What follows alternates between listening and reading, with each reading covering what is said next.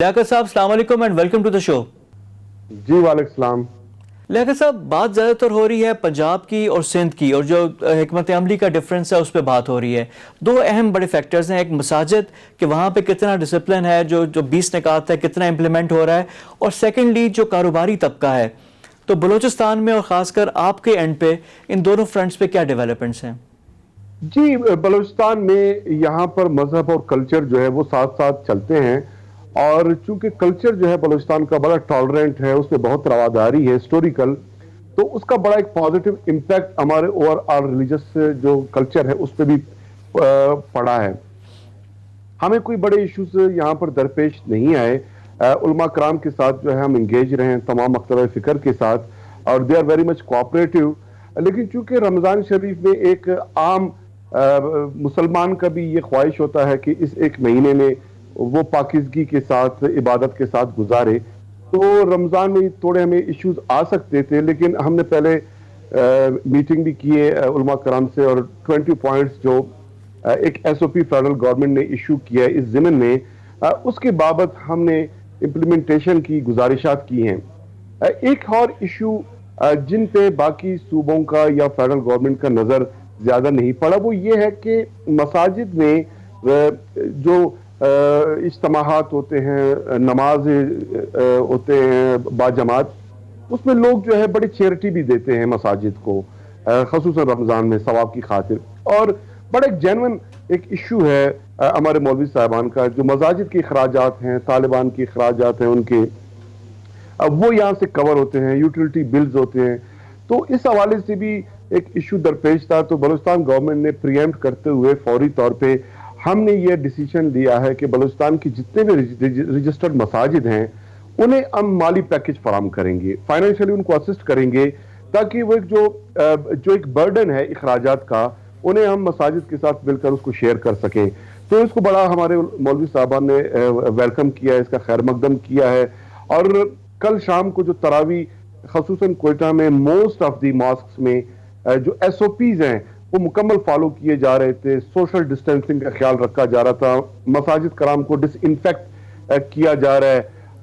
लेकिन थोड़े सबब इसमें या कोयटा से बाहर जो एरियाज हैं वहां थोड़े मुश्किल पेश आ सकते हैं। लेकिन हमारे जो डिप्टी कमिश्नर साहिबान हैं, डिस्ट्रिक्ट प्रोविंशियल मशीनरी भी काम कर रही है। अच्छा, जो गरीबों की इमदाद है, यानी जो मुस्तहिकीन है उनको यानी घर तक राशन और सामान, उसके लिए क्या हो रहा है? जी, हमने 73 करोड़ 50 लाख रुपए का एक राशन पैकेज इशू किया, जिसमें तमाम बलूचिस्तान के डिप्टी कमिश्नर्स के डिस्पोजल पे वो पैसे रखे। 1,53,000 फैमिलीज में हमने ये राशन फराम कर दिए हैं। तकरीबन 80-85% लोग उसमें अब तक हमने राशन पहुंचाए हैं। इसके अलावा कोयटा में बैतुल सलाम एक चैरिटी ऑर्गेनाइजेशन है, उनके साथ मिलके हम जो है जो पकी हुई रोटी है, ब्रेड, वो जो मुस्तहिकीन हैं उनके घरों तक वो हम पहुंचा रहे हैं। और लोगों ने बड़ा इसको अप्रिशिएट किया। रमजान शरीफ में हमने ये फैसला किया है कि इसको हम दुगना करेंगे कि कम से कम जो मुस्तहिकीन है उनके घर तक जो है रोटी भी पहुंच सके, राशन। और इसी तरह एहसास प्रोग्राम के तहत बहुत बड़ा असिस्टेंस मिला है बलूचिस्तान के लोगों को, और उसके 3 कैटेगरीज हैं। उसके तहत 6.5 लाख फैमिलीज आउटसोर्स को जो है एहसास के तहत फाइनेंशियल असिस्टेंस मिल रही है। लेकिन हमारा एक गुजारिश है कि 6.5 लाख को बढ़ा के 12 लाख फैमिलीज तक ये पैसे पहुंचाए जाए। उसकी वजह यह है कि 8,29,000 आउटसोर्स बलूचिस्तान में प्रायर टू कोरोना सिनेरियो वो खत गुर्बत से नीचे जिंदगी गुजार रहे थे। लॉकडाउन के रोज अव्वल से लेकर आज तक बलूचिस्तान में 4,23,000 आउटसोर्स मजीद खत गुर्बत से नीचे चले गए हैं, जिसका ये मतलब है कि तकरीबन 12,52,000 फैमिलीज अब वो मुस्तहिकीन हैं। उन्हें प्रोविंशियल और फेडरल गवर्नमेंट को उनका लुक आफ्टर करना होगा। शावानी साहब, जब पहले भी आप मेरे प्रोग्राम में आए थे, आपने कहा था कि वफाक से भी हमें इमदाद चाहिए क्योंकि बलूचिस्तान गवर्नमेंट के रिसोर्सेज महदूद हैं। लास्ट टाइम भी आपने कहा एनडीए में भी आपको किट्स दे रहे थे, लेकिन किट्स में भी कुछ थोड़ी बहुत आपने कहा कि कुछ कमियां थी, कि कहीं स्वाप्स थे तो मैकेनिज्म नहीं था। तो वहां पे क्या है, और अभी आपकी वफाक से क्या डिमांड है इस रमजान के महीने के लिए? देखिए, ये जितने भी हमारे डिमांड हैं, आप उसको डिमांड कह लें, गुजारिशात कह लें या ज़रूरियात कह लें, हमें इसलिए चाहिए کہ ہمارے وسائل بہت کم ہیں، مسائل بہت زیادہ ہیں، پاسٹ کے جو بیڈ گورننس کا برڈن بھی رہا ہے بلوچستان پہ، نہ فیڈرل گورنمنٹ نے توجہ دیا، نہ یہاں پہ پاسٹ کی گورنمنٹس نے کوئی پرفارم کیے. تو ان مشکلات کو دیکھتے ہوئے پرائم منسٹر صاحب کے ساتھ ہم نے یہی ٹیک اپ کیا ہے کہ بلوچستان کو میکسیمم جو ہے پی سی آر کٹس فراہم کیے جائیں، پی سی آر مشینیں فراہم کی جائیں، اکوپمنٹس ہیں، ماسکس ہیں یا دیگر آئٹمز ہیں، خصوصاً وینٹیلیٹرز.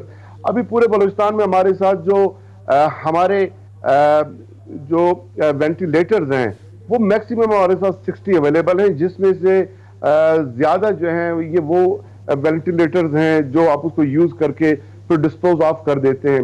تو ہم نے 145 فوری طور پہ وینٹیلیٹرز کا مطالبہ کیا ہے.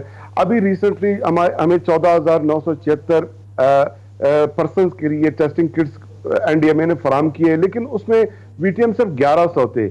اب اس کا یہ مطلب ہے کہ 14,976 کٹس کی موجودگی کے باوجود بھی آپ صرف 1100 لوگوں کا ٹیسٹ کر سکیں گے، کیونکہ کسی ایک ٹیسٹ کے 3 انٹیگرل کمپوننٹس ہوتے ہیں، جس میں کٹس ہیں، وی ٹی ایم ہے اور سوابز ہیں. اس میں ایک کمپوننٹ بھی کم ہوگا ہم ٹیسٹ نہیں کر سکیں گے. فیڈرل گورنمنٹ نے ابھی ہم نے 4 مشینیں ان سے مانگے تھے پی سی آر، لیکن انہوں نے ابھی ایک ہمیں بھجوا دیا ہے، وہ ہمارے پاس اب اویلیبل ہے، اور 2 آٹو ایکسٹریکٹر مشینز بھی بھجوائے ہیں فیڈرل گورنمنٹ. ہم اس کے لیے ان کے شکر گزار ہیں. لیکن ہمارا نقطہ نظر یہ ہے کہ 2 جو امپورٹنٹ بڑے بارڈرز ہیں وہ بلوچستان گورنمنٹ سنبھال بیٹھی ہے، جس میں پاک افغان اور پاک ایران بارڈر ہے. ابھی جب بھی آپ یہ بارڈر کھولنے کا فیصلہ کریں گے، جو ایوی انفلکس وہاں سے آئے گی لوگوں کا، اگر بارڈر پہ ہمارے پاس انتظامات نہیں ہوں گے، ہم ویل پریپیئرڈ نہیں ہوں گے، ہمارے پاس لیبارٹریز وہاں پر اسٹیبلش نہیں ہوں گے، کوارنٹائن سینٹر کچھ establish federal government N D M A کے تعاون سے ہم نے کی ہیں، لیکن ہم سمجھتے ہیں کہ ایوی انفلکس کے لیے یہ ناکافی ہیں. اس ضمن میں ہمیں پی پی ایز چاہیے ہوں گے، ماسک چاہیے ہوں گے، N95 ماسک اور دیگر جو لوازمات ہیں وہ فیڈرل گورنمنٹ اس لیے پورا کرے کہ اگر یہ لوگ وہاں پہ ہم ان کو پراپر اسکرین نہیں کر سکے، ٹیسٹ نہیں کر سکے، ہمیں جو ٹریجیکٹری ہے وہ سمجھ نہیں آیا اور یہ لوگ پورے پاکستان میں پھیل جائیں گے تو سب کے لیے ایک بہت بڑا مشکل صورتحال ہوگا. اسی لیے ہم گزارش کر رہے ہیں کہ ہمارے اسکیٹرڈ پاپولیشن ہے، ہماری جیوگرافی آدھا پاکستان ہے، ہمارے مشکلات زیادہ ہیں، تو فیڈرل گورنمنٹ، اور یہ نہیں کہ کمٹمنٹ نہیں ہے فیڈرل لیول پہ، پرائم منسٹر صاحب کا خود کمٹمنٹ ہے اور ہمیں اس پہ اعتبار ہے کہ جب بھی یہ ریسورسز میکسیمم کوانٹٹی میں ان کے ساتھ اویلیبل ہوں گے وہ بلوچستان کو ٹاپ پرائورٹی پہ رکھیں گے. شبانی صاحب، ابھی جس طرح آپ نے خود بھی حوالہ کیا کہ اسکیٹرڈ پاپولیشن ہے، بلوچستان کو پرائورٹی دی جائے. جی اسکیٹرڈ پاپولیشن ہے تو بلوچستان میں اس حساب سے کورونا نہیں پھیلا جس کا تھا، جو ورسٹ فیئر سے پورے نہیں ہوئے. لیکن آپ نے نشاندہی کی چمن کی اور تافتان کی کہ ایک ایران اور ایک افغانستان بارڈر ہے، اگر یہ کھلتا ہے تو پھر بلوچستان میں بھی ایک چیزیں آ سکتی ہیں. تو ورسٹ کیس سیناریو کے لیے آپ لوگوں کی کیا پریپیئرڈنیس ہے؟ اور کوئٹہ، کیونکہ ایک میجر برنٹ آتا ہے کوئٹہ پہ، تو وہاں پہ کیا، اور جو فور فرنٹ پہ ہیں وہ ڈاکٹرز ہیں، تو ان کے لیے کیا کیا اقدامات ہیں؟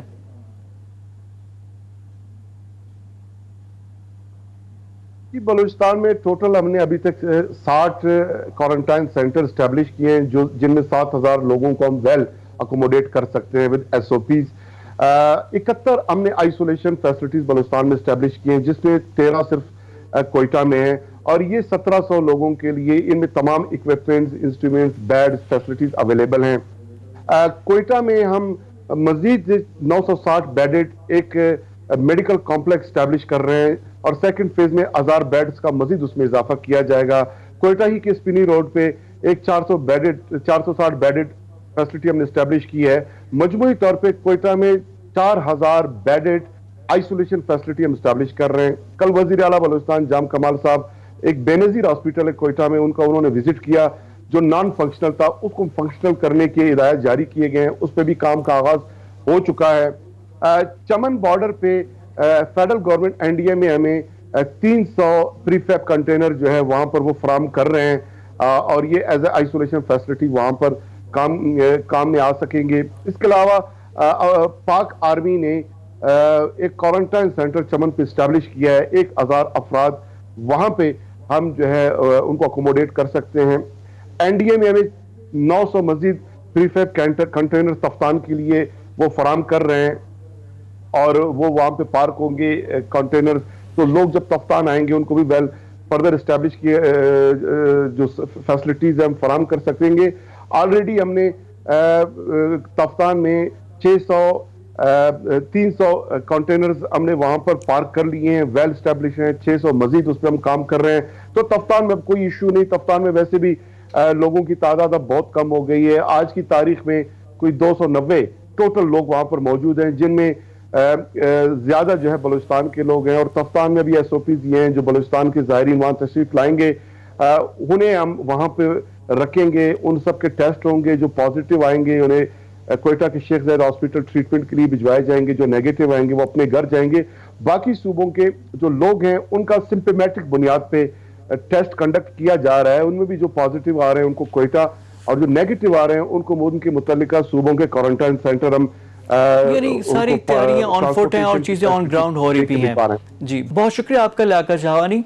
प्रोग्राम में वक्त हो गया एक ब्रेक का। बलूचिस्तान हुकूमत के तर्जुमान उन्होंने अपनी स्ट्रैटेजी बताई, बलूचिस्तान हुकूमत की जो सूरत हाल है उसके बारे में भी उन्होंने आगाह किया।